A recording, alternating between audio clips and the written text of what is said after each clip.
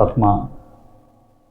കുന്നിലും താഴ്വരയിലും മലനിരകളിലും ക്ഷേത്രങ്ങളിലും പള്ളികളിലും വേദങ്ങളിലും ബൈബിളിലും ഖുറാനിലും നിന്നെ ഞാൻ വെറുതെ തിരഞ്ഞു. കാട്ടിലെ നഷ്ടപ്പെട്ട ഒരു കുട്ടിയെപ്പോലെ ഞാൻ ഒറ്റയ്ക്ക് കരഞ്ഞു.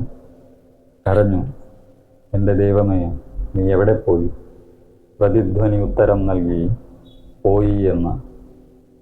പകലുകളും രാത്രികളും വർഷങ്ങളും കടന്നുപോയി. തലച്ചോറിൽ ഒരു തീയുണ്ടായിരുന്നു.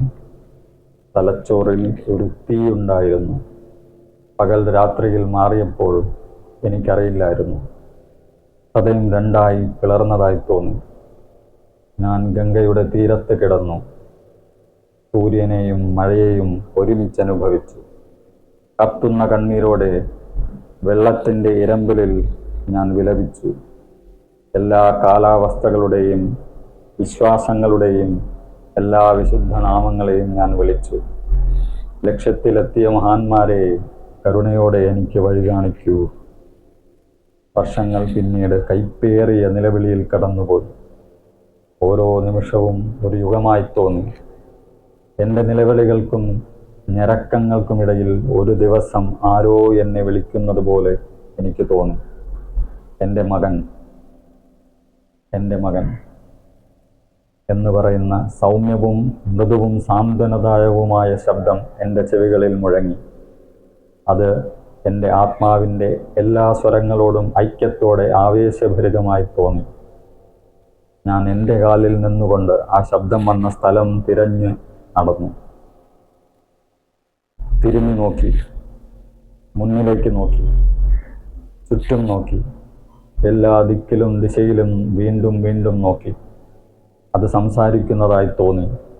എനിക്ക് ദിവ്യമായ ശബ്ദം. ആനന്ദത്തിൽ എൻ്റെ മുഴുവൻ ആത്മാവും നിശബ്ദമായിരുന്നു. ഞാൻ ആനന്ദത്തിൽ ആകൃഷ്ടനായി മയങ്ങി. എൻ്റെ ഹൃദയം വിശാലമായി തുറന്നു. സന്തോഷം, ആനന്ദം. ഞാൻ എന്താണ് കണ്ടെത്തുന്നത്? എൻ്റെ സ്നേഹമേ,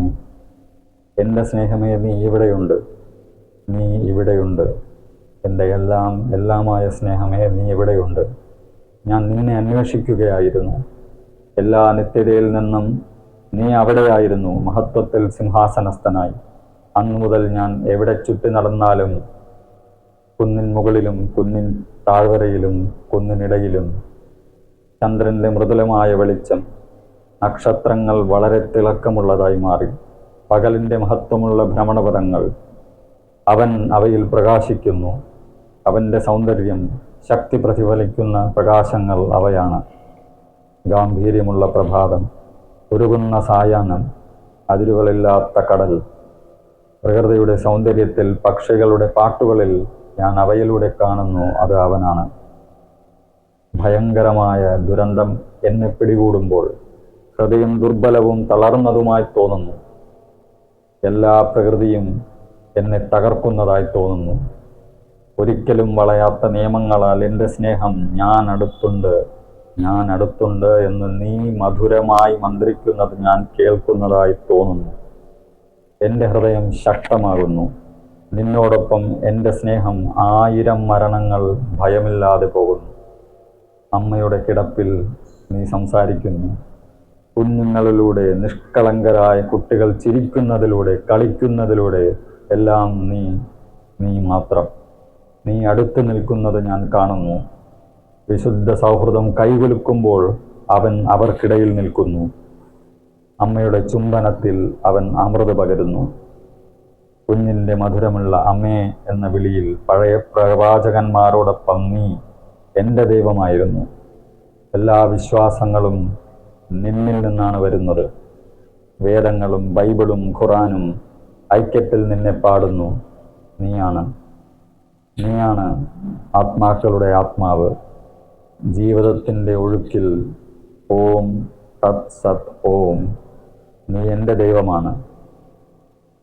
എൻ്റെ പ്രിയേ, ഞാൻ നിൻ്റെതാണ്.